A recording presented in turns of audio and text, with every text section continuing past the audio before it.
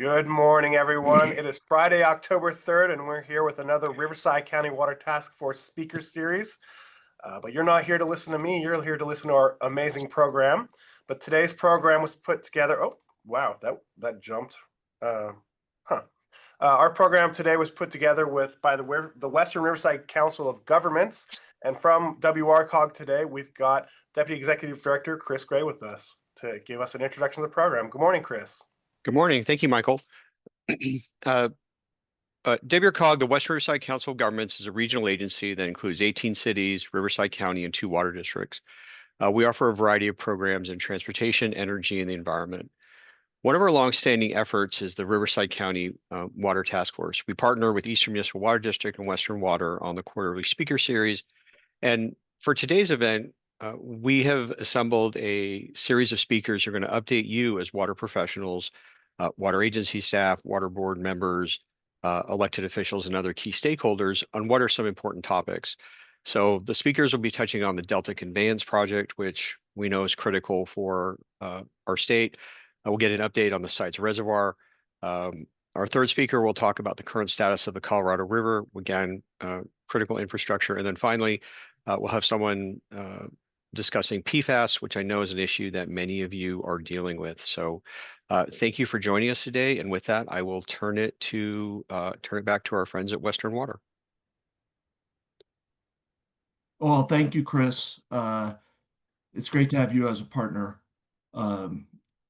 So I'm Craig Miller, General Manager at Western Water, also the president of CMUA right now, and really excited about the panel that we're having today. These are topics that we've addressed before. We've spent an entire program with each one of these topics. Today we're going to tackle all the topics, but a whole different frame of reference.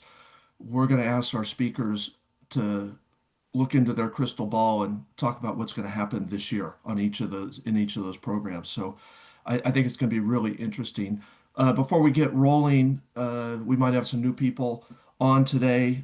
They might not know the background of the Riverside County Water Task Force, but this task force was formed back in the early 2000s. It's a collaboration between Western and Eastern and WRCOG. The overarching goal of the task force was to elevate water as a topic and get the public and politicians and private sector engaged in water discussions along with the water community. So we try and bring topics forward that are going to be engaging. We get a very diverse audience, and we're really proud of that. So let's move on to the next slide, Michael. Talk a little bit about housekeeping. All attendees are muted.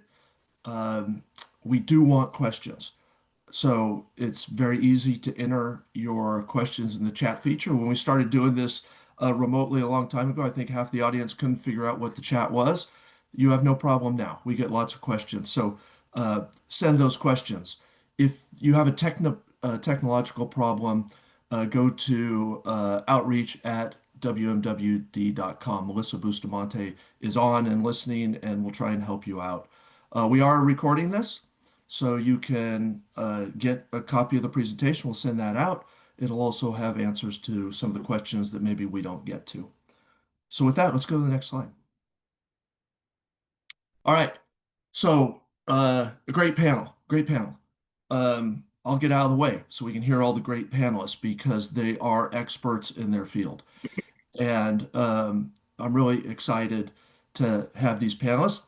Appreciative, they're all super busy, so very appreciative they've given up a Friday morning to be with us. So we'll hear from each of the 4 panelists, and then we'll have a question and answer session at the end. So go ahead and start sending your questions as the presentations are on, and we'll record those questions, and then we'll get back and ask the panelists a few of those questions. We won't have time for all of them. So let's get started. I would say that none of our panelists need an introduction, and then I realized Charlie Wilson was here, and I better introduce him. Come on, Charlie. Charlie is the executive director and CEO of Southern California Water Coalition, a great partner with all of us in the water industry, and we're really happy to have you here. Uh, he is a seasoned, that just means you're good at it, I think. It's nothing to do with age. Seasoned public affairs professional with more than 30 years of leadership, water and energy sectors. He also leads PC Consulting Services Incorporated, providing strategic counsel to public and private clients. Charlie also serves as the host of What Matters Water TV and podcast, and highlighting leaders and issues shaping California water future. Charlie was front and center in trying to move the DCP trailer bill. And Charlie, I really appreciate the amount of work that you put in to personally try and move that with other partners across the state. But thank you very much for all you did. Could you enlighten us on what happened with that and where we're going? Oh, thank you, Craig. I think when you say that I'm seasoned, that just means, they get to the end of legislative sessions. They say I'm exceptionally salty in how we go about this. But thank you for inviting me back. And I know the last time I had a chance to talk to this organization, we were talking about the Delta Conveyance, the importance of modernizing the state water delivery system. And some opportunities that we have had the last couple of years that we frankly haven't had in the past 40. And very similar, I think, Craig, to the experience you had in trying to move SB 72 over about a 3 to 4 year window. We are sort of in that same mix. The good news is that the Governor Newsom, after he had changed this modernization program or project from 2 twin tunnels to a single tunnel, we thought, okay, this is the way politically somebody tries to kill a really valuable and needed project. Here we are now 2 years later, and the governor has still embraced, and the good news is he recognizes the importance of this project and what it means for some 27 million Californians. So this last year, strategically and legislatively, as part of not so much moving the project per se, but moving the red tape out of the way so that we could get answers on the Delta Conveyance project, the governor put in a budget trailer bill.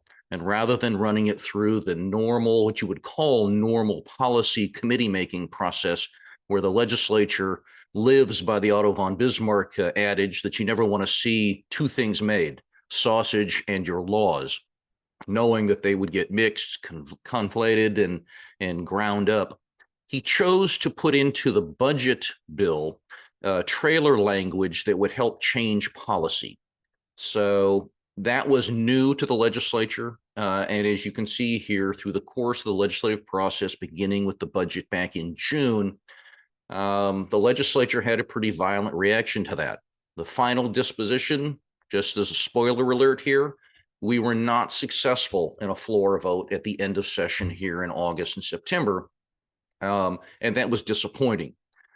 However, as we went through this particular process, knowing that it's important, particularly at places like Metropolitan, who have yet to vote on whether or not to advance the Delta Conveyance project, they needed the ability to get the information to make an informed choice.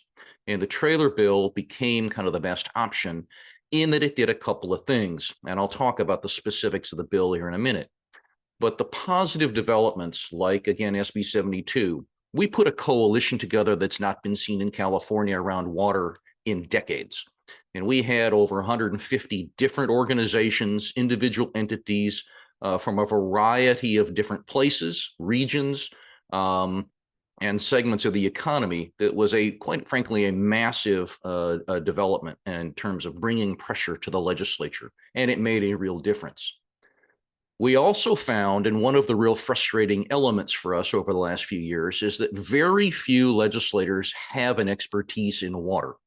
And one of the things then that we came out of this year, which was very positive, not only did we educate legislators on the importance, but we actually found some champions in both houses, the Assembly and the Senate, that were willing to stand up and tell their colleagues who opposed, hey, love you.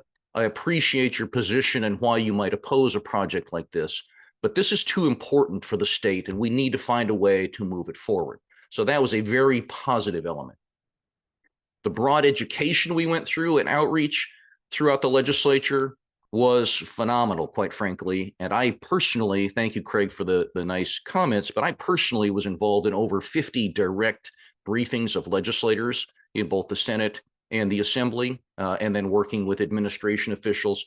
So no office, literally no office of the 120 went untouched. And everybody had to be able to say, yes, they met with the legislator and or staff, in most cases in leadership, multiple times. The other positive development is that we have found partners, allies, and relationships throughout the state.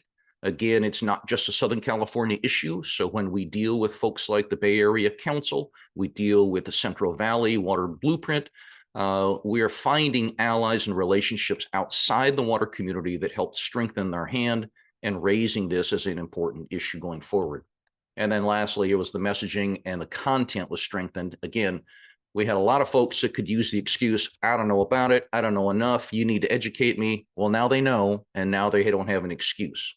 On the downside, legislative leadership is still a problem. And when you deal with legislators, it's easy to get a legislator, I won't say it's easy, but you can get legislators to say, yes, you know what? Good, positive thing, I'm with you.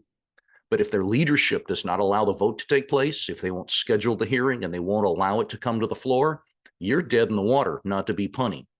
And that actually happened here, that the Speaker and the President Pro Tem of the State Senate refused to allow the bill to be amended and for a vote to take place. Had that happened, we actually had the votes to get it passed. There were also some key interests, as you'll recognize. Folks from Stockton and the Sacramento Bay Delta, they feel very passionate and they're very vocal. They may be using 40-year-old messaging, but they're very vocal and they stir a lot of issues within their caucus. And so there are some interests that are yet to be brought on board. And that's still something for us to work on. And then there are still some regions we need to do some work with in both the Bay Area and San Diego specifically.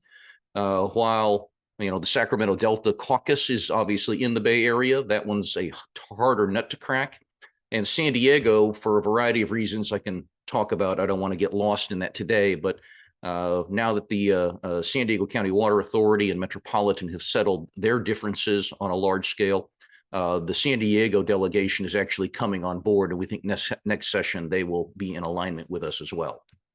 Our next steps, frankly, is that we're going to have to explore. I got to sit down with some bigger brains than mine, talk about various alternatives, options, but make no mistake, this is still an important issue, and it's one that we're going to have to see come back in some capacity next year, and if not next year, then years beyond. But it's not something that is done simply because we didn't get the vote this year.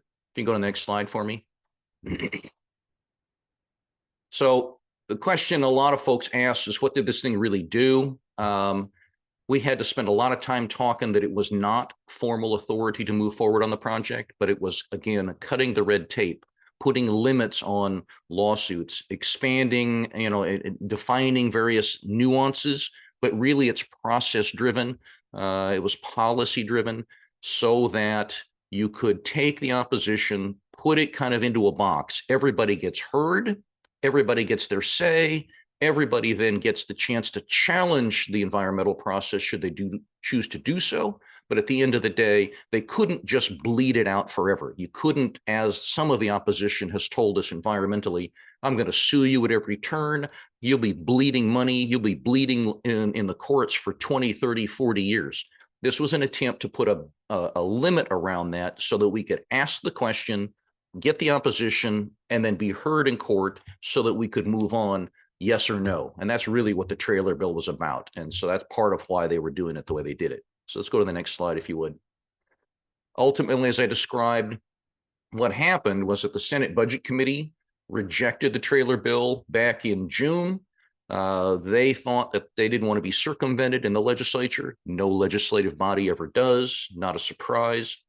The opposition from the Delta region, as I described, and the environmental and a couple of tribal groups, and by tribal groups, I mean those that are way upriver of Sacramento, nobody from Southern California, because we have Southern California dependent tribes on the Delta for their water. But that's an issue we still need to be able to go through. And there were some water rights advocates because of some of the policy language. They opposed this, and quite forcefully. In addition to that, the legislative analysts, they had raised some objection. Again, they didn't think the governor's office should be doing policy through the budget process, and that just became one of the excuses to not move it forward. But obviously, the legislature does that quite frequently in a number of areas, and there were some successes like in housing, so it's not unprecedented. And that's part of why we were comfortable trying to use this mechanism this last year. And then the last piece of it, which was also new in here, was that the California Department of Water Resources, through the Newsom administration, they did a little bit of a pivot, and they launched an accountability action plan. And it was harder for the Delta interest to try to argue when they had a $200 million community benefit program. Why are you arguing against a program that's going to benefit the communities that you say are going to be devastated by this particular project? So it's trying to pull away the excuses. So that's kind of the essence of what happened and why. I can get into the individual politics of it here in a minute, but I can tell you that with the help of Western, with the help of Eastern Municipal Water District, the single most cohesive caucus in the legislature was the Inland Empire. But for one member of the Inland Empire who represented tribal interests for a very specific reason, the entirety of the Inland Empire was solidly behind this, both Democrat and Republican, and that was a really positive sign.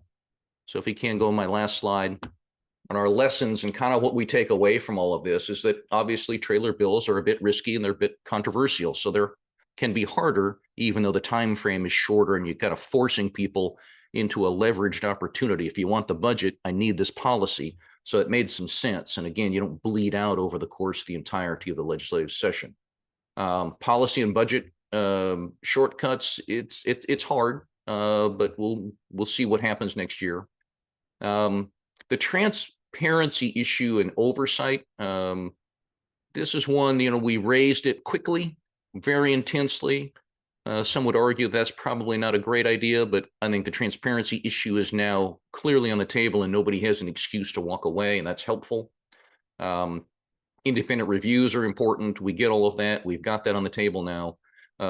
Here's the biggest takeaway and the biggest lesson I have is the community engagement is absolutely essential. Whether we're talking about Delta Conveyance, SB 72, water quality, the role that you play in the community is absolutely critical to moving your local legislative votes. Every single office we talked to said, thank you, I appreciate the technical aspects of your argument, but we need to hear from our constituents, and the constituency rang the bell hard and really made a difference. And then lastly, and we can talk about this more specifically in the Q&A, reintroduction is possible. Again, failure on this is not an option. We need to find a way to get through this. Metropolitan still doesn't have to vote ultimately for another about 1.5 to 2 years on a final decision. So we really need to find a way to help them get to the answers that they need to make a difference. And we're going to continue to do that. As much as I'd love to tell you I knew exactly what to do next, different strategies, different tuning, we can talk about that in the questions, but that's kind of where we are in Delta Conveyance now. Super important, not going away, and we can pass lots of regulations and laws and goals and whatnot, but if we don't have the physical facilities either to store it and or to move it, then we're still going to be sitting here chasing the rainbow, and we're hoping to bring all this together holistically. So I appreciate the opportunity this morning, and look forward to hearing the others because we'll all have some very similar, I think, themes. But thank you very much. Thank you, Charlie. Great input, and I do have questions for you that we'll get to at the end. But you bring up a great point. We're going to talk about 4 big issues today, and individually, the 4 issues are really hard. When you look at how you plan for implementation and synchronization of all of these issues is really, really hard. And so, I love that you're elevating that topic. We'll get more to it in the questions. All right, let's go to our second speaker. JP Robinette. I didn't even know JP had a last name because he's famous as JP. So great to have you, JP. Great to see you again. Thank you for joining us. JP has 20 years experience in engineering project management and leader in various industries. He is currently the engineering and construction manager for the Sites Project Authority. In his role, he has oversight of all engineering, constructions, and finance matters for the proposed I love that it's a range 6.2 to 6.8 billion dollar off-stream reservoir project. During his time at Sites Project Authority, JP has led the development authority's contracting and delivery system. So, JP, what's happening with Sites and where's it going in the next year? Hey, good morning, Craig. Good morning, everybody. It's a pleasure to be here and talk about the Sites Reservoir project. Yeah, there's a lot going on. I just want to start with kind of a reminder, this first slide, next slide, man. What we're talking about here on all of these issues is sort of a multi-generational set of projects and initiatives. And Sites is really no different. Sites is looking at like 100-year plus asset for the state's water security. And with that comes a whole lot of responsibility and a lot of, important questions. But I'd say generally what's happened in the last year is, and I've been on the project for about 7 years, is we have moved from, if sites should be done or could be done to kind of how are we going to deliver this mega project, which has been quite the transition to be a part of. Next slide. As we talk about coalitions, and Charlie mentioned kind of the broad statewide nature of water issues in California, I wanted to highlight that our project does have very broad statewide participation. We have about 30 agencies involved, 9 JPA members. Those are all folks on the board. They're in the Sacramento River watershed in the North State. And then we have 22 Reservoir Committee members that are spread all around the state, North State, South State, Bay Area, all over, representing various interests and various water uses. But they've really come together to build this project because it is a project that takes everybody. Its federal and state agencies are highly involved. About a third of the project will be paid for and used by the state and federal government for public benefits. In total, not including the state and federal government, the agencies involved in Sites serve about 24.5 million people and 500,000 plus acres of farmland. So these are pretty massive numbers that our participants serve. Next slide. So what is really, I think the only reason that this project works, if I really had to boil it down to 2 things, would be that it's locally led, locally supported, but also that it takes advantage of the existing investment that's been, centuries old here in the state in infrastructure. What we're building that's new is a 1.5 million acre foot off-stream reservoir in the Coast Range, about 70 miles north of Sacramento. And then some pumping and generating plants and some power systems to get that done, along with some pipelines. But what really makes this project work is the existing canals in the area, the existing water infrastructure in the Delta, and the facilities that bring that water all the way down to the doorsteps in Southern California. So the California Aqueduct, for example. That existing infrastructure really makes this possible. Back in 2020, the project underwent sort of a value planning effort to really get into what is the right size project, what is an affordable project. And the first area that they were able to kind of make major progress, and we think save about $2 billion in today's dollars, was to eliminate some of the new conveyance features and really work with the local partners and operators to use existing facilities. And then one thing, just in case it gets missed, Sites is off stream, so it does not dam an existing river or inhibit fish passage. This is a reservoir of the future.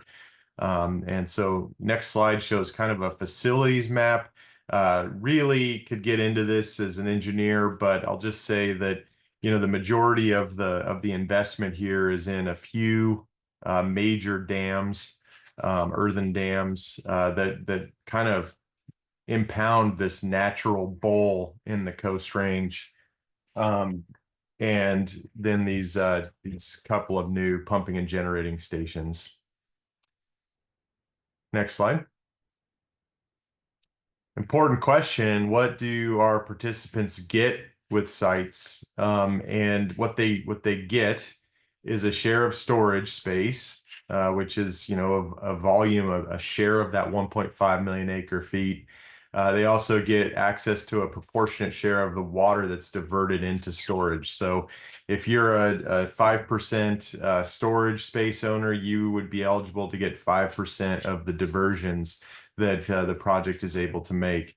Those diversions come from the Sacramento River in times that, where we have flood flows, which if been around the North State at all, these flood flows are pretty amazing. And they really are the times in which sites could be taking water and really still protecting all the existing water right holders and the existing users. But critically about this, you get these two things, but I think even more importantly is that the participant decides, what they want to do with their water and their storage. So they can hold their water for dry years, they can take their water and store it locally, they can sell their water in years when they don't need it, and they can lease their storage. They can lay off some of those costs associated with being a sites participant to those who need the storage if they find they have too much for a given time period. Next slide. So I'm not a permitting person, although, being in water in California and being an engineer, you have to be conversant. And I'll say that the biggest barriers to sites are not engineering technical issues. They've been permitting related and regulatory related. Pretty exciting achievement. The sites project has completed the CEQA process. We completed that back in October of 23. And then we were sued. We were eventually won that lawsuit 100% in favor of our project in September of last year. And what we're really looking at now is the water right as being the last kind of key piece in the puzzle here to getting the project moved forward. The important thing to note here, though, is like our major biological permits for construction have been received. And all the other permits on this list are making great progress and are all scheduled to be completed ahead of what we have called our investor commitment period, which starts in March of next year as a goal. And so what we're really tracking is this water right. And the hearing is complete, and we expect that water right to be something we're able to hold in our hands, look at in late 2025. Next slide.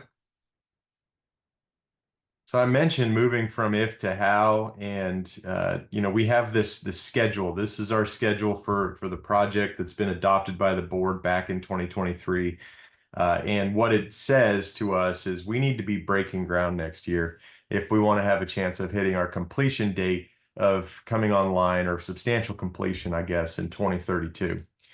And so what we've done is sort of look at our existing legislation and some legislation that was put in place and back before even I joined the project to allow alternative delivery for the project, which is a way to get contractors involved early and really accelerate delivery, manage risk. And so what we have on the street right now is a $3 billion construction manager at risk procurement. We've shortlisted 3 incredible firms, and we're going to make our selection in the fall. And they will help us sort of move this from the planning desk into a much more actionable plan, help us keep our commitments to our regulators in the community. We're really excited to have this new member of the team coming on board very soon. The next slide shows some real progress that's been made. The board has authorized staff to go out and get some of these key critical path properties.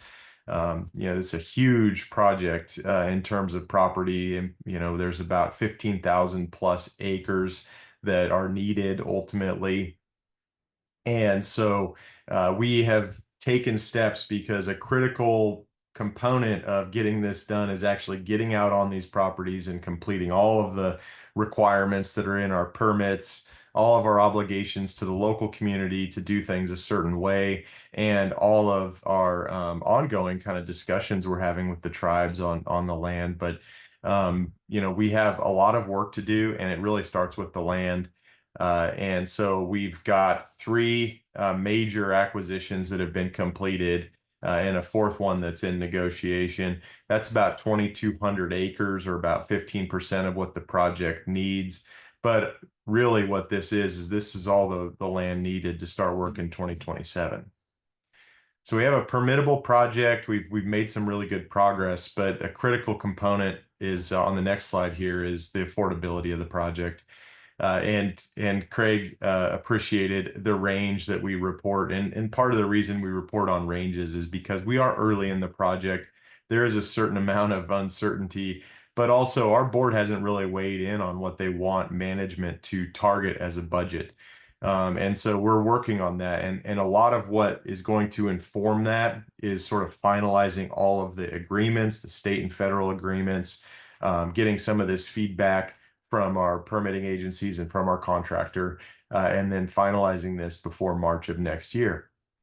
But in reality, the affordability is really a range of costs divided by a range of benefits. We've made some good progress here. Next slide shows kind of the benefits of the project. They are very real. In the last 3 years alone, you know, which are range from average to above normal precipitation, we would have been able to fill the reservoir about 1.5 times. That's pretty incredible if you think about it, and these are lived years for us, so we kind of think about, wow, that didn't feel all that heavy in terms of rain, but we could have made good use of the reservoir. All that could be done while protecting the environment and our existing water users, and we could have some dry year supply and storage right now. And like looking forward, this is a project that's really about looking forward. So if we talk about a changing climate and more of our precip falling as rain instead of snow, the project does perform even better in our models under those situations. It is a rain capture project. Next slide. So some other components, you know, the project benefits, we think there are a lot, and you know, we have kind of validated a lot of these things, but a couple things to highlight here: that adaptability to climate change, the dry year supply, the fact that a block of water is dedicated to the environment. Right now, that's about 18% of the reservoir that's dedicated to environmental public benefits. And then we do provide some recreational opportunities as well for the local community and for anybody who wants to come visit. Next slide. So this range of costs where we sit today, our cost estimate ranges between 6.2 and $6.8 billion in 2025 dollars. Our B&O, that's our benefits and obligations contract. That's what all of our participants would sign. So Metropolitan being an example, they would sign this contract that'll have a 10 to 15% change order allowance. We're going to be talking to our board about that. So in total, the number would be about 7.5 billion that would be in the contract. After the water right is received, and once we have our state and federal agreements in hand, we would be updating these costs and then putting them into what we call our final program baseline report, which our participants will use to help make their decision on sites. And then our reservoir and road CMAR, which will be on in the next few months, they're going to help us validate our assumptions, manage our risk, and kind of give a third-party perspective on this. So next steps, you know, in early 2026, we're going to be working on that baseline report, helping our decision makers kind of come to grips with the costs, the benefits. What do they get? How much does it cost? How do we pay for it? Early 26, working with our contractors. But mid to late 26, we need to be initiating financing so we can complete our, you know, achieve our goal of breaking ground in 2026. So, you know, last two slides are really meant to just sort of leave you with some thoughts. Generational water infrastructure, always questioned, rarely regretted. You know, I've just posted a couple headlines from a couple of these major projects, Diamond Valley Lake, you know, question about the feasibility. Is it worth it? The State Water Project, $1.75 billion, debates on cost and feasibility. These are old concerns, and they're valid. And we can talk more in the questions and answers about them. But I think that both of these investments, obviously, looking in the rearview mirror, have been important. And then the last slide is a quote we like to talk about on the project, is that a society grows great when old men and women plant trees in whose shadow they shall never sit. It's a Greek proverb. And, we believe on this project, we're doing something for the next generations of Californians, providing some opportunities, providing some water security. And so I'll leave you with that. It's a pleasure to be a part of this panel, and look forward to the Q&A. Thank you, JP. Great presentation. And I love Diamond Valley being up there, because for the Inland Empire, Diamond Valley saved us in 2022 and 2023.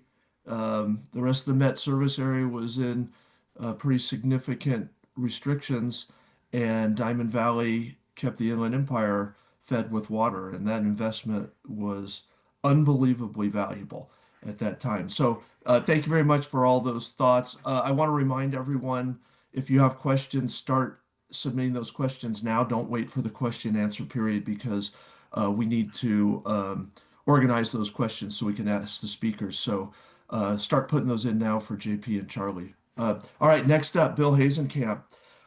Bill has been on with us before. He is super busy these days. Bill, thanks for joining us. He's the manager of Colorado River Resources for the Metropolitan Water District of Southern California, where he develops and implements water supply and storage programs to augment and manage Metropolitan's Colorado River supplies.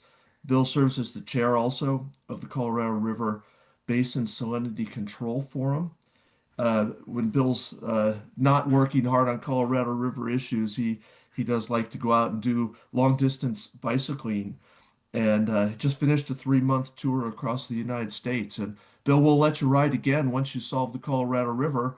So that's a little motivator for you. You're in the news. Colorado River's in the news all the time. Really excited to have you here and let you share with our viewers today what's happening on the Colorado and what you see happening this year. So it's all yours, Bill. Thank you. Thanks, Craig. Marie Curie once said, "I was taught that the way of progress was neither swift nor easy." Certainly on the Colorado River, that notion has been true.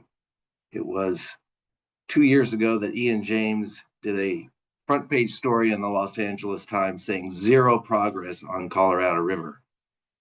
Today, Ian James did another story citing the lack of progress and the lack of transparency of the negotiations. We have a federal deadline that's looming right around the corner, and we have a long ways to go if we're going to get there. Next slide. Colorado River provides water to 40 million people in the western United States, millions of acres of productive agricultural land, significant hydropower generation, 30 Native American tribes, 2 countries. The agreements that are controlling the water all expire within the next year, and the 7 states are hard at the table trying to figure out how we're going to live with the dwindling supply on the Colorado River. Under the Colorado River Compact, each state has one designated representative that's their official representative in the negotiations, called their principals. For California, it's J.B. Hamby, but the contractors in California are also all at the table. Next slide.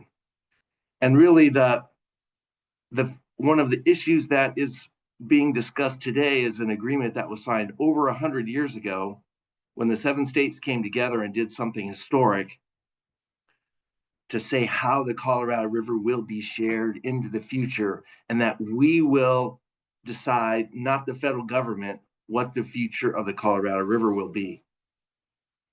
The main principle of this agreement was that the upper basin, the lower basin states of Arizona, Nevada, California could develop first, And then later, as the upper basin slowly grew, they could grow without being the junior priority on the Colorado River. That agreement hasn't mattered until today. Next slide. And the basis of that rather simple agreement was to divide the Colorado between the upper basin, lower basin, and later with Mexico. We've long known that the Colorado River has been over allocated, that there's not 16.5 million acre feet plus tributary use to meet the demands. We've known that for decades. But what is new that is really in the focus today, there are three parts of this compact that both basins are focused on. The lower basin has been focusing on the upper basin's obligation to deliver 7.5 million acre feet a year to the lower basin, plus some of Mexico's water. And under that interpretation, if the Colorado gets drier and drier, the risks then fall on the upper basin because they still have to deliver all that water to the lower basin. Upper basin, on the other hand, says, well, the compact also talked about equity. So that this is a 50-50 share. And just because we developed later doesn't mean we shouldn't be able to develop fully. The other point that the upper basin brings up is tributary use. The Colorado Compact allocated 1 million acre feet to tributaries. It's never been enforced, and tributary use has exceeded 1 million acre feet. So both basins can point to this compact and say the other basin isn't following it right. And that's been a lot of the arguments that are going on today. Next slide. And one more slide. And so we've shown this slide. I've shown this slide in presentations for decades that shows how the lower basins divided up at 7.5 million acre feet in California gets 4.4. But what's not shown on here is the tributary use. That issue that has been under the table behind the scenes for so long, that Arizona's tributary use is actually 2 million acre feet more than the 2.8 shown here. And if we, and the upper basin is key to remind Arizona and the lower basin that the tributary use is higher. Next slide. And of course, the Colorado is continually getting drier. Back in 1922, they thought there was sufficient water, that was a wet period to meet the amounts under the compact. We've seen, however, that the last 125 years, the average flow has been 14.6 million acre feet. Even though it's been lower than was thought, it's still been enough water to meet demands for most of the last century. But in the last 25 years, 35 years, what we call as the stress test was been a more up-to-date modeling that they used for the drought contingency plan. The runoff has only been 13 million acre feet. Still enough to meet most demands under current use of the basin. However, the last 25 years, the runoff has been 12.4 million acre feet, and that's not enough to meet the demands, which is why the reservoirs have been generally dropping for the last 25 years. Reclamation is considering a future that is even drier than the 12.4 million that we've experienced. Climate scientists suggest we should plan for perhaps an 11 million acre foot river into the future. These new guidelines are probably going to be 20 years, so we don't really need to plan for a future that's far out. So what's the runoff going to be in the next 20 years? We don't know. So we're planning for a full range of perhaps drier than we've seen, but also maybe wetter. Next slide.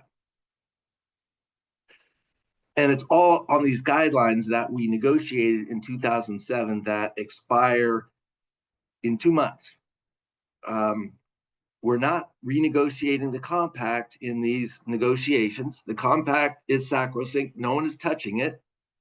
But what we are saying is the guidelines over how shortages will be shared in the Colorado Basin and how water will be managed, including storage and deliveries to Mexico, all of those expire Fortunately, because this water year has already started and the rules are set, even though the agreements expire in December, we have certainty through next September for the end of this water year. So what we really need is new guidelines to start with water year 2026, which is next October. Next slide. And going into the discussions, because of the tributary use and because the upper basin hasn't developed, we've been in a situation where the lower basin's been using a lot more than the upper basin. In fact, twice as much. Now, this is not a slide that the state of Arizona would endorse. They would say, no, our tributaries are ours. They should not be in this slide. If someone from Arizona is on this webinar, I apologize, but this is the numbers that reclamation come up with that the upper basin is showing. So what we're trying to do is say, how do both basins reduce use in a way that's fair, recognizing that the lower basin is using more, but also recognizing that everyone's got to contribute, including Mexico, and we have not started negotiations with Mexico yet. Next slide. So the lower basin put the initial cuts of 1.5 annually on the table, and this is not something new.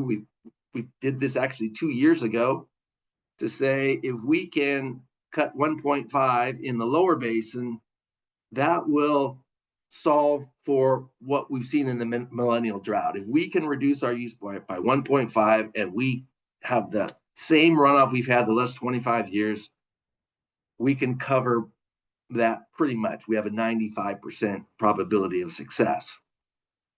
And in this example, or in this, not example, in this proposal, California's the senior priority. So we're taking less cuts percentage-wise than the other states, 10% cut.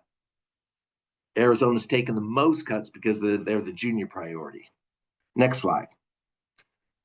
But even though 10% cuts seem like it's a relatively easy, small amount, smaller than any other lower basin state, we are having challenges in California how to figure out how to live with a 10% cut, 440,000 acre-foot less water. We've already gone through it in 2003, cutting 800,000 acre feet, and we had the QSA and San Diego transfers to help us. Now we have to come up with another 440, and it's been difficult. We've had a lot of discussions between IID, Coachella, PVID, Met, the Quechan tribe. We're getting closer. We're still not there. The main issue is funding.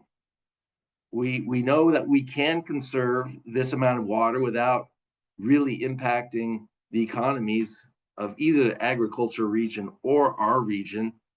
But who's going to pay for it and how much is still on the table? And that's the main negotiations. But I'm confident that we will get there within the state of California. Next slide. I'm much less confident, however, between the upper basin and lower basin discussions, which have been going on for 2 years without much progress. As I said earlier, each side has their story to tell about why the other basin should do more,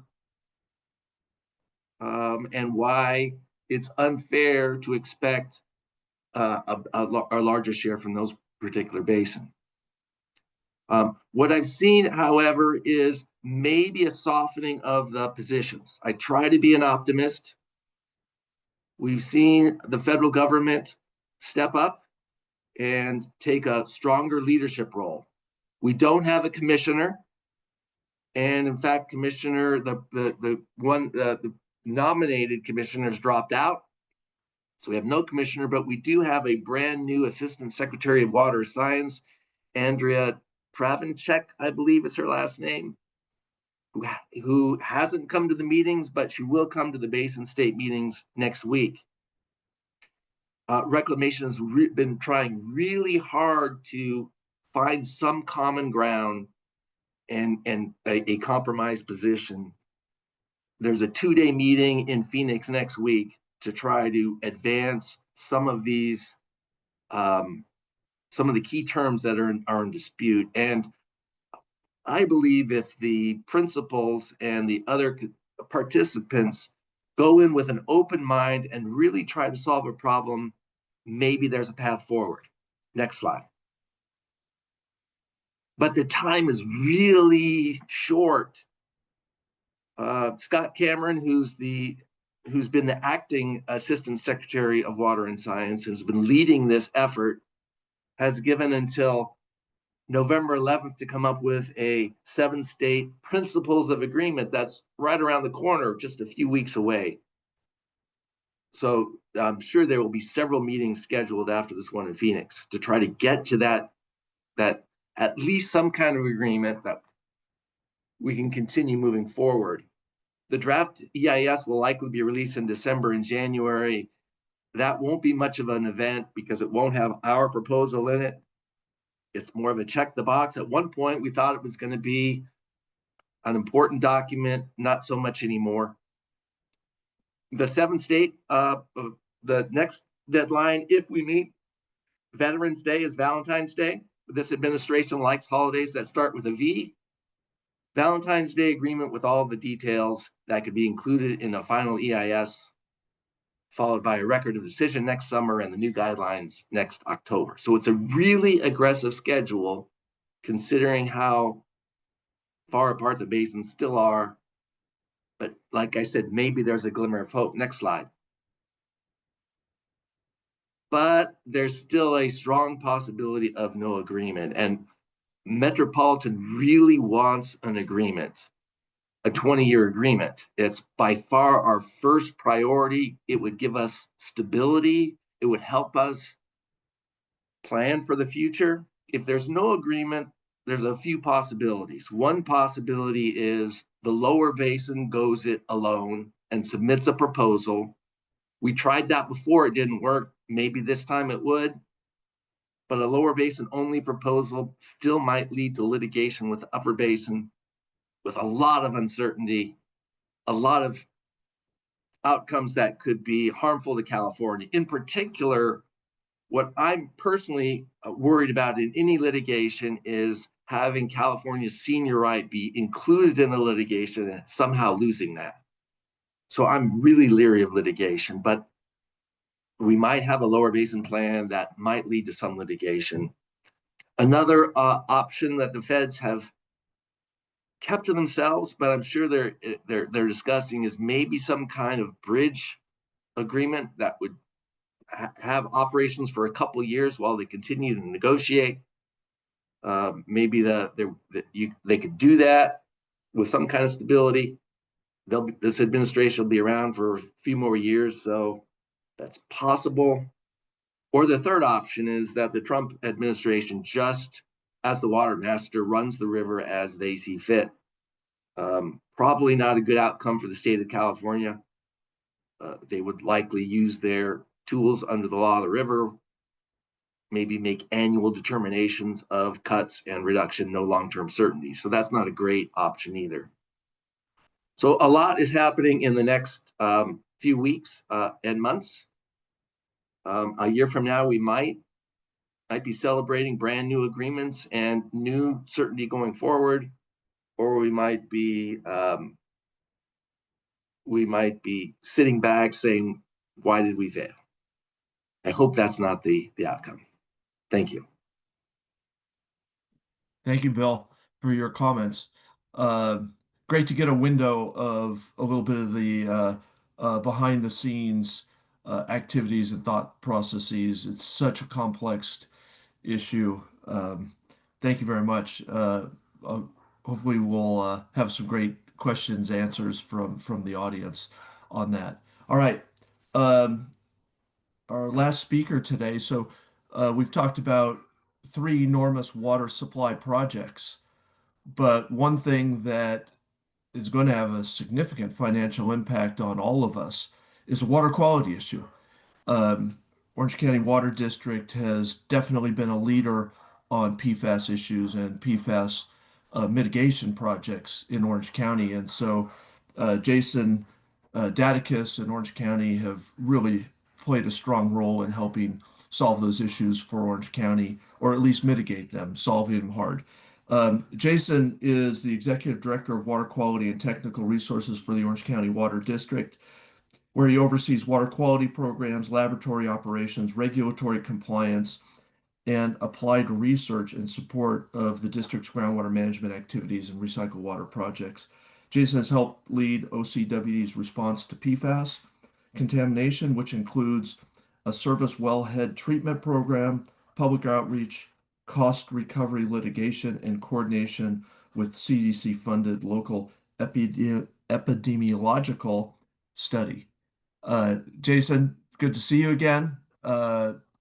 You may not know the audience. I worked 20 years at Orange County Water District and spent a lot of time with Jason down there. So I called in a marker with an old friend and asked him to be here today. So Jason, it's great to have you.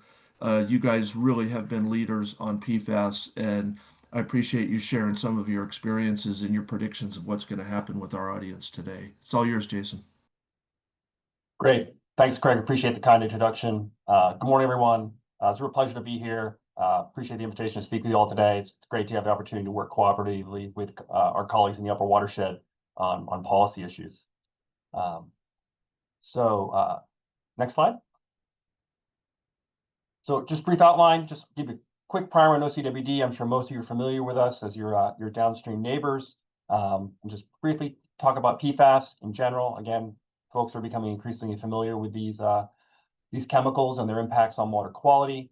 And then as Craig mentioned, I'll talk about the impact PFAS has had down here in our service area and how we've responded to it to date, and what our plans are going forward. But then I hope to spend the most of our time just kind of talk about where the regulations are that are really driving all this, where they've come from, where they are today, and where they may be headed, both at the state and federal level. Next slide.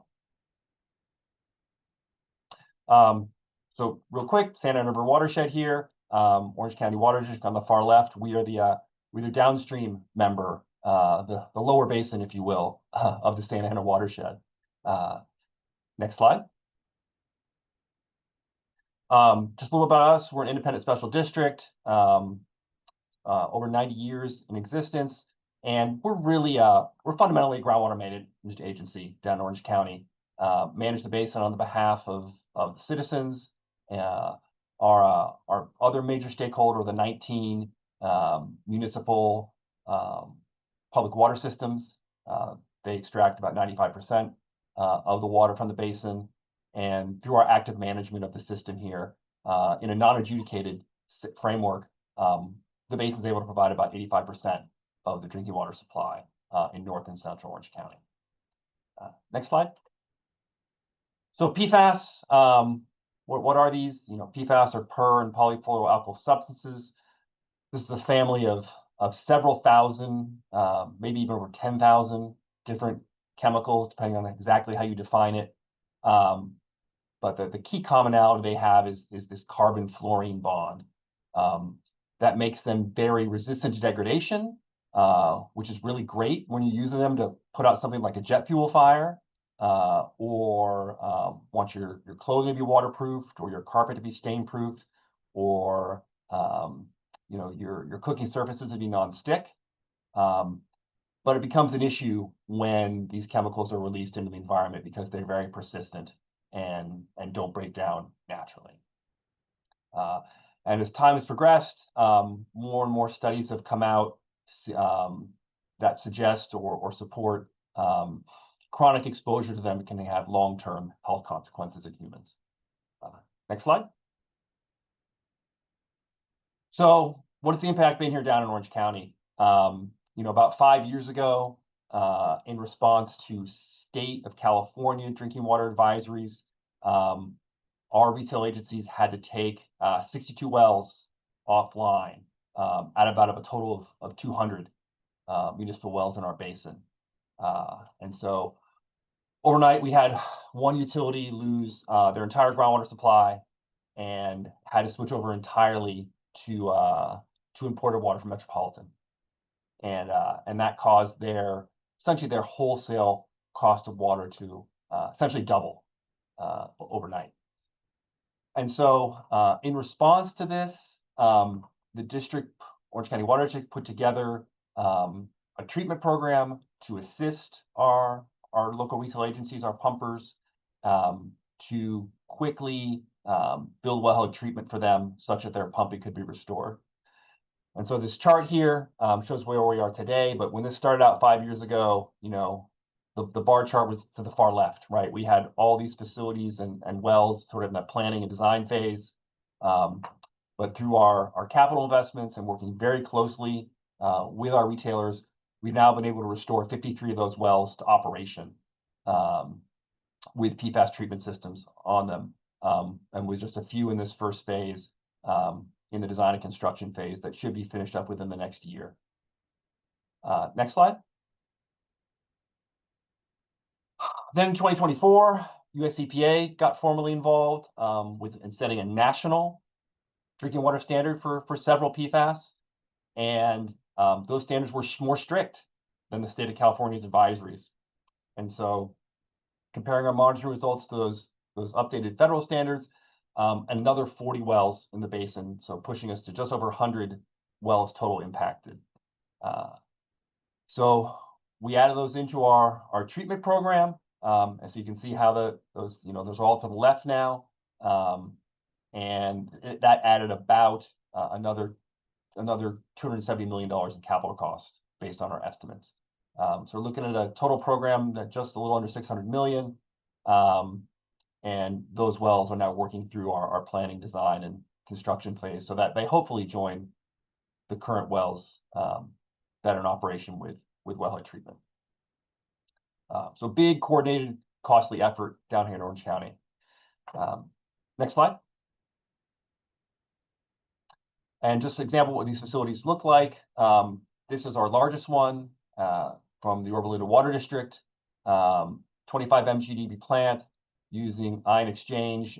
Pictured there in the background are 11 pairs of ion exchange vessels there. And it's the largest groundwater PFAS treatment plant in the country. Next slide. We build them all shapes and sizes here in Orange County. Sometimes you're maybe only treating a single well with either one or two of these 2-vessel systems. And the biggest driver for us, I say, going with the ion exchange technology has been its smaller footprint relative to other alternatives like granular activated carbon. We're typically trying to shoehorn these into existing well sites and trying to avoid purchasing land when we can. So that's been a real driver in building something with the smallest footprint. Next slide. So let's just talk a little about regulations, and we'll start with the feds, US EPA. And I want to touch on two aspects of the regulation of PFAS today. First is on CERCLA, or the Superfund law, and then the second will be the Safe Drinking Water Act. Next slide.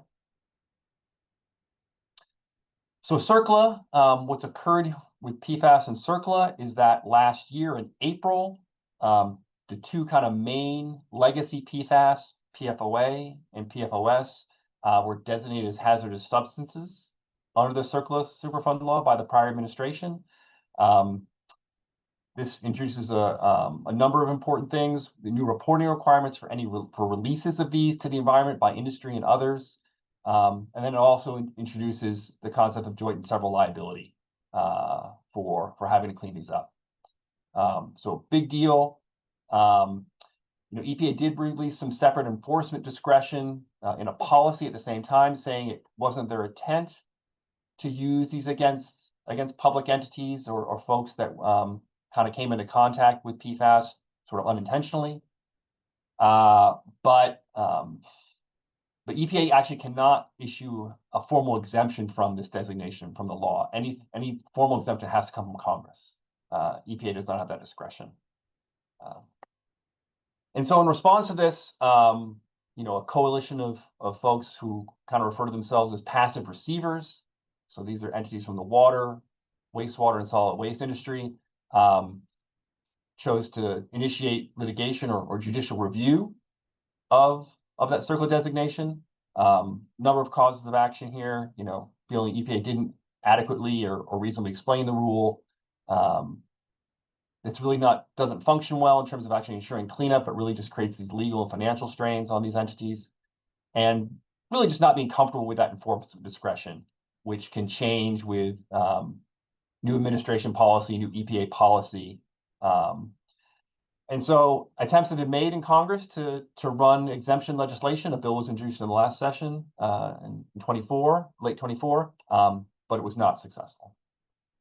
More recently, in last month, EPA, in a court filing associated with this judicial review and a related announcement, indicated they're going to continue to defend their position that PFOA and PFOS should be listed as hazardous substances. There was some question if the administration would do so, but they do recommend new statutory language from Congress to guide, future such listings and associated exemption. So that litigation will continue. Next slide. Also in April of last year in 24, under the Safe Drinking Water Act, EPA announced its final PFAS drinking water regulation, looking to regulate 6 individual PFAS. Again, the first 2 kind of legacy PFAS that people heard the most about, PFOA and PFOS, at a level of 4 parts per trillion. And then 4 other PFAS, it's shown here in gray, 3 of them individually, and then 4 of them as a group, kind of a novel concept under the Safe Drinking Water Act, regulating them together.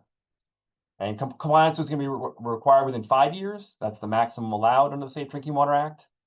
And kind of similar to CERCLA, a coalition of water associations and others felt that EPA did not follow the process laid out in the Safe Drinking Water Act in establishing this. And so a judicial review litigation was also filed back in DC.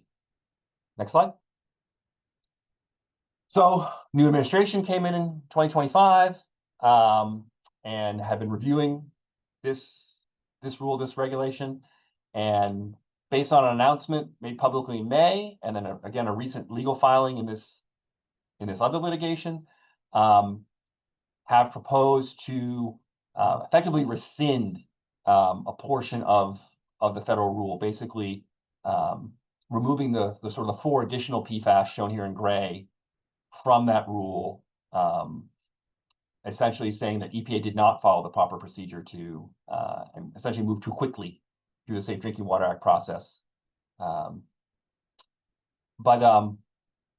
EPA has said, but we are going to defend having the MCLs for PFO and PFOS at 4 parts per trillion. Those are going to stay.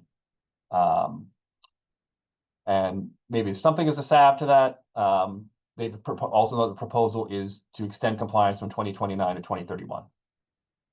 Now, to be clear, these all of which have been announcements and legal filings. The original 2024 rule is still in place. Any change from that will have to go through the formal federal rulemaking process. And it's thought that the soonest that may occur, contingent on this litigation and some other factors, maybe the spring of next year in 2026. Next slide. All right, let's close. We'll shift to the state of California here. Drinking water is regulated by the State Water Resources Control Board and their Division of Drinking Water. Next slide. And one way California does this kind of unique is before they establish these enforceable standards, which take a fair bit of time to establish, they can more quickly establish these drinking water advisories, known as notification and response levels. If a public water system exceeds a notification level in the water they're serving the public, they can keep serving that water, but they have to let their local governing body know that there may be kind of an emerging issue here. So that's typically your local city council, or in an unincorporated area, that's your board of supervisors. The response level is another little higher level, but it comes with bigger consequences. And actually, there was specific legislation passed in relation to PFAS on these that essentially, if you exceed a response level and you have 30 days to discontinue serving the water, if you keep serving it, you essentially have to do a wide-scale public notification that utilities continue to serve water above a threshold that the state of California does not recommend be served. So essentially, it serves kind of like a de facto enforceable level. At least in Orange County, no utility here has elected to serve water above a response level. Next slide. So here they are. Here are the current advisories here in California for PFOA, PFOS, PFBS, and PFHXS. Happens just here in Orange County. The real driver for our wellhead treatment program under the state advisories has been that response level for PFOA at 10 parts per trillion. Next slide. We do expect some changes here. The state board has announced that they intend to reduce the notification levels for PFO and PFOS to be consistent with the federal MCL, and then similarly lowering the response level for PFHXS to be consistent with that MCL, and then actually adding a fifth compound to the list here. And we expect those to be adopted by the state board this month. Next slide. So speaking of enforceable MCL, state of California is working on that, or at least thinking hard about it. First step there is they had to have a public health goal from their colleagues in Cal EPA at the Office of Environmental Health Hazard Assessment, or OEHA. This is where it's a purely health-based standard, that public health goal. Don't consider the technology of treatment. Don't consider the technology of measurement. Don't consider how much it costs. Purely health-based. So they already have PhDs for PFOA and PFOS is shown here. And they've started work on one for PFHXS.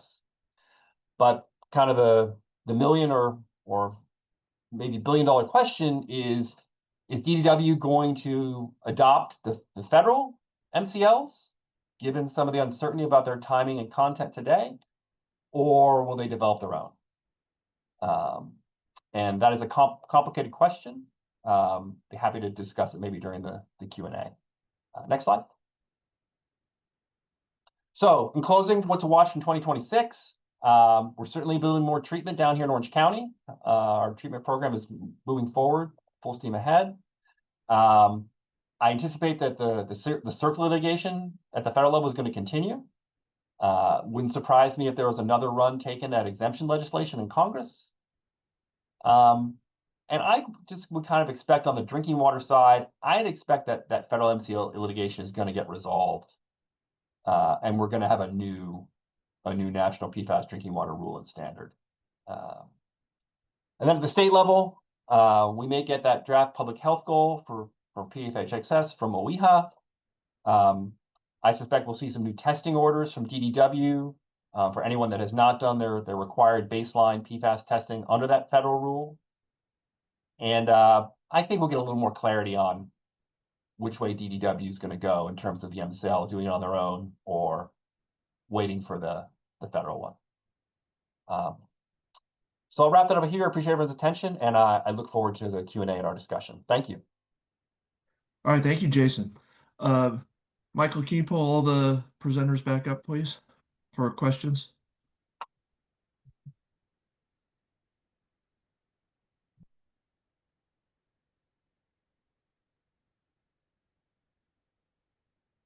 All right. Well, Charlie, you kicked it off, so maybe I'll kick it off with you. I've had some comments from people, when the trailer bill didn't move forward, along the lines of, well, I guess Delta Conveyance is gone, which is not the case at all. Could you maybe share with the audience a little bit about, the difference between the trailer bill not moving forward and the project itself moving forward? Sure, absolutely. Because there is a very defined difference that, what we were talking about in the trailer bill was policy changes that would help get the process improved so that you could make an informed decision at places like Metropolitan and other state water contractors. That process without the trailer bill continues, litigation continues. And I will say that as that litigation continues, it equates to roughly $1 million a day of additional cost that goes into the project. So that where people will talk about, big numbers and try to scare folks with, what it would cost to do something like Delta Conveyance. I think what's important for us as we sort of look forward with our public engagement is that we then talk more about the value proposition that is cost-effective water delivery and the fact that we are delivering water at roughly a penny per gallon and not allow somebody to try to scare people with, oh, that's going to be billions of dollars, because it doesn't translate very well. It's a better proposition when we talk about, yes, we're going, everything we're going to do is expensive. And if you combine what we have today, funding on the Colorado, water quality, sites, other storage and sites, and then things like Delta Conveyance. I mean, all of those things have to happen. And if we talk about them in silos, I think that's one of the lessons learned. It becomes overwhelming for the public. They don't understand, and their eyes kind of roll back in their head at billions and billions of dollars. And then we talk in acre feet. Nobody understands what that is. But if I bring it down to gallons and what I personally consume, I get a penny a gallon. Am I willing to pay, a penny and a quarter a gallon? That makes a good sense. I then like to do comparisons with things like what I'm paying, $5 a gallon for gas, so I could drive to Costco and pay a 1,000 times more for my bottled water and drink, recycled plastics. That's a different conversation with the public to help condition sort of what the value proposition and what we as public water agencies deliver. Our challenges, as you're describing this morning, are pretty immense. But I think we have an ability to help bring that understanding to the public. And once the public understands, they become very supportive of projects. And in fact, there was some chairman at Metropolitan was really good last December when they voted for the $140 million of additional Metropolitan investment in getting the answers on Delta Conveyance, because that process, as we said, continues. It's not about the projects, plural. It's about how will we finance, how do we articulate to the public the cost benefit of providing safe, reliable water. Yeah, thank you, Charlie. The enormity of all of these projects and the costs is kind of incomprehensible by an individual. And one of the things that applies to all these projects, I think, is a study that we had done as part of SB 72 that talked about the cost of inaction by not building these projects and programs. And that number was up to $14.5 billion per year to the economy of California. So you look at JP's little project, the 6.2 to $6.8 billion, and we would pay for that in half a year. I think people have a really hard time fathoming the statewide economic numbers and the impact. And it is in all of these projects, it is a really big scare factor. But what our audience needs to remember is it's scarier not to build it. And they need to be reassured that these are good, enormous investments. And I think you're right on point, Craig. And what it really points to for us as entities, and the shining example, actually, I'll call them out, is Orange County Water District when they were going through the groundwater recovery project and recycling. The messaging, the public communication and engagement with groups like this that we have online today must never stop. It is continual drumbeat all the time and must be then engaged with the legislature. Because if we take our foot off the gas, that's when people forget. That's when other messages seep in. I mean, it took Orange County Water almost, what, Jason, 20 years to overcome the toilet to tap moniker that was politically driven out of San Diego and Los Angeles. But because Orange County engaged aggressively over an extended period of time and they never took their foot off the gas, that's how they overcame that perception. And I think that's one of the challenges we have here. And one of the challenges I always like to leave with the audience is, where can they help us improve what messages with their neighbors and their businesses help improve conditions so we can move forward with projects that will meet that 10 million MGD, that we need as a state to, replace what we're going to lose through a variety of means. Yeah, thank you, Charlie. JP, I've been hearing about Sites Reservoir forever. And I think the public loses track of what's happening. How long has it taken to get to this point? And, Charlie's talking about a drumbeat of 20 years on groundwater replenishment system for Orange County. Sites has had a drumbeat. How long have you been at this? Project has been contemplated for over 60 years. So it's not a new concept. It's definitely can't justify that title. What I would say is that the authority that's developing it has been around for 10 years. We just celebrated our 10-year anniversary. And when it really got going is when the partners came to the table. So, you know, there was an idea to build this organization. You know, Prop 1 was coming, you know, needed to have a board that was a JPA made up of Sac Valley members. But, you know, back in 2017, the participants that cover that map that I showed from around the state came to the table as part of the project. And that's really when it started. Another key milestone from my perspective is when, you know, some of the concepts the state and federal government were kicking around were very expensive, very large. They made sense to those folks at the time, no criticism, but that group of people who came together in 2017 came together again in 2019 and 2020 to develop a right-sized project and move this forward, and kind of got a sense of, you know, how this pie in the sky tastes here on Earth, like trying to get it back to a realistic goal. And I think that, you know, part of the reason that we've made it to this point where we're nearing the threshold of a big decision is because this is a locally led project. The folks that are around the table appreciate the need. They feel a sense of ownership and pride in the project, and that they can help the state of California.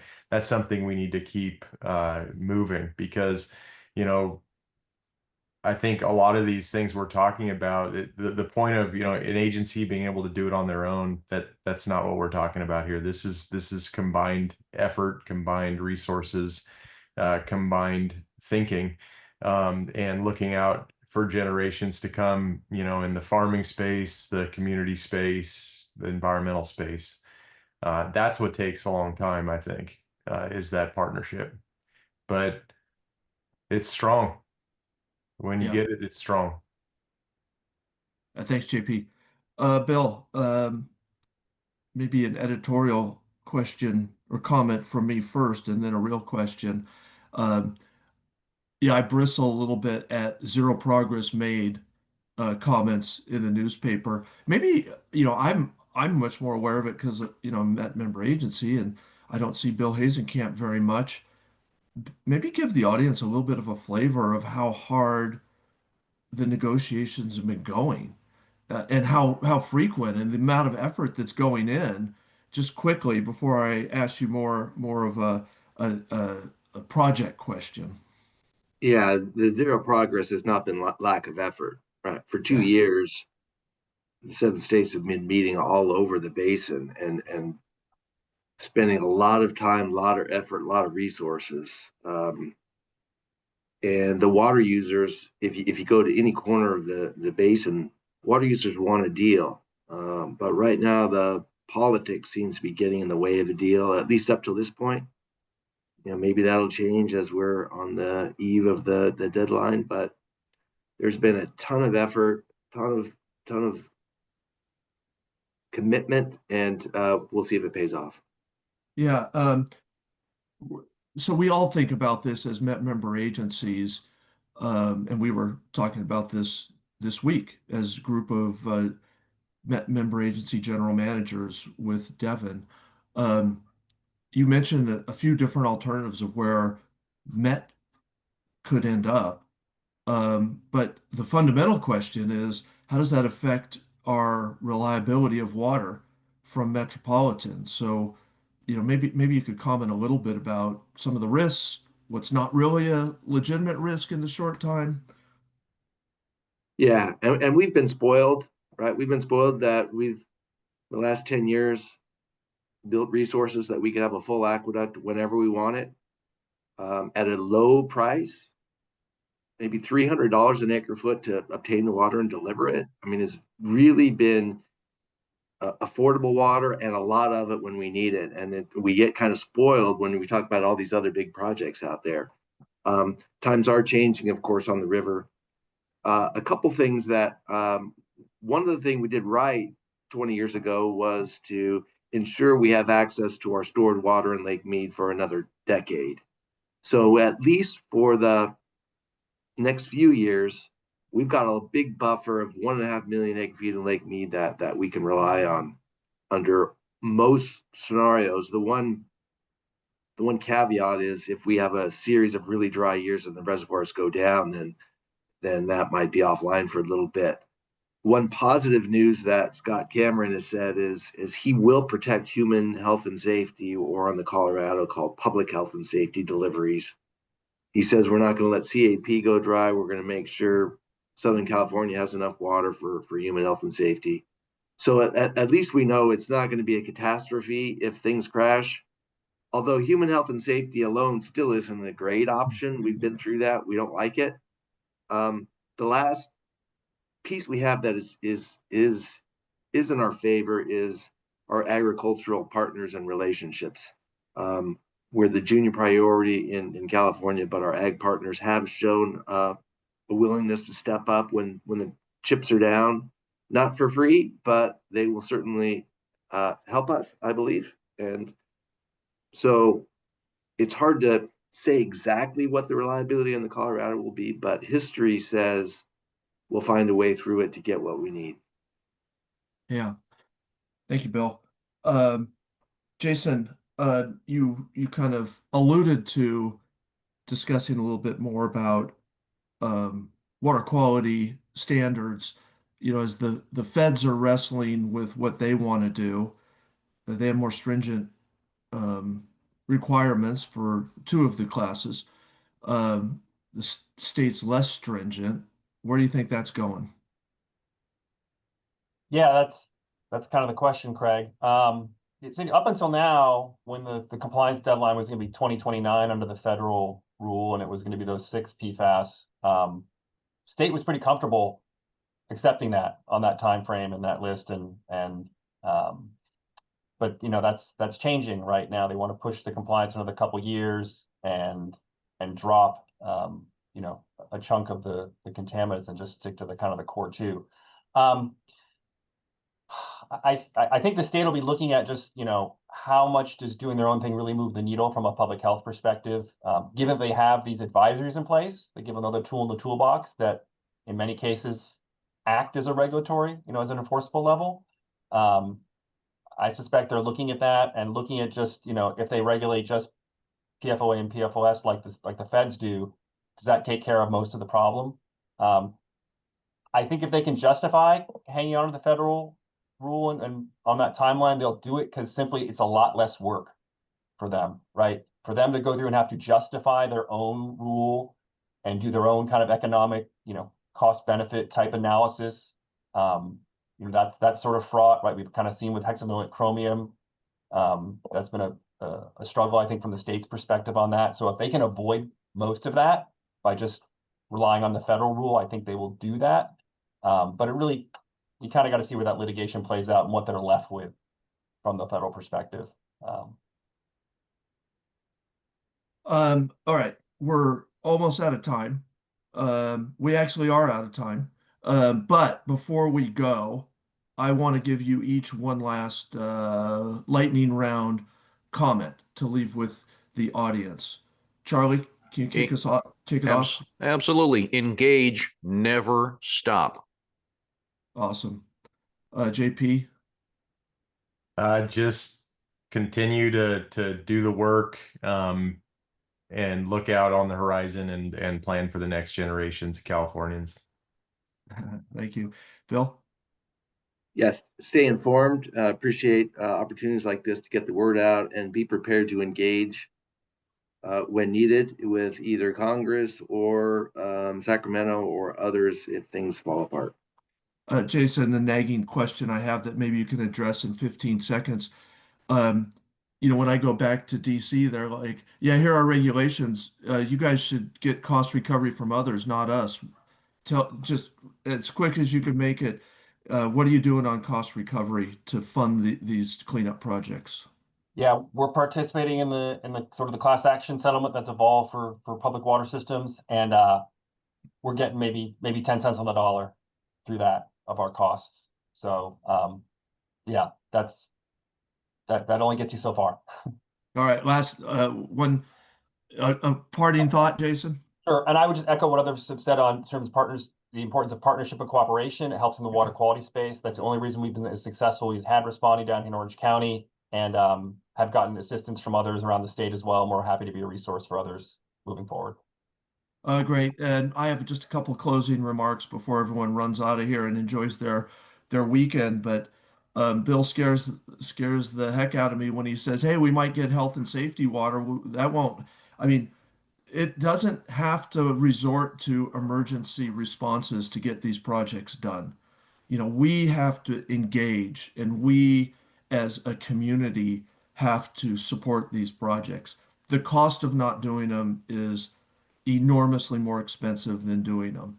And we're planning for our grandchildren's future. So we have to be united in our engagement, and we have to be engaged. We can't let our Inland Empire uh, caucuses not understand the importance of all four of these issues.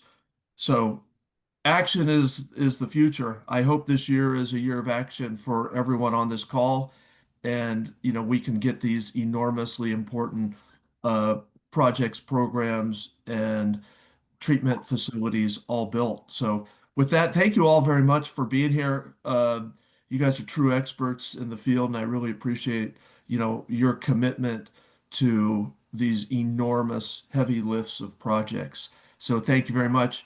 Everyone, enjoy your weekend, and we'll look forward to seeing you on December 12th for our next, actually an in-person tour and forum with the Riverside County Water Task Force. Thank you, everybody.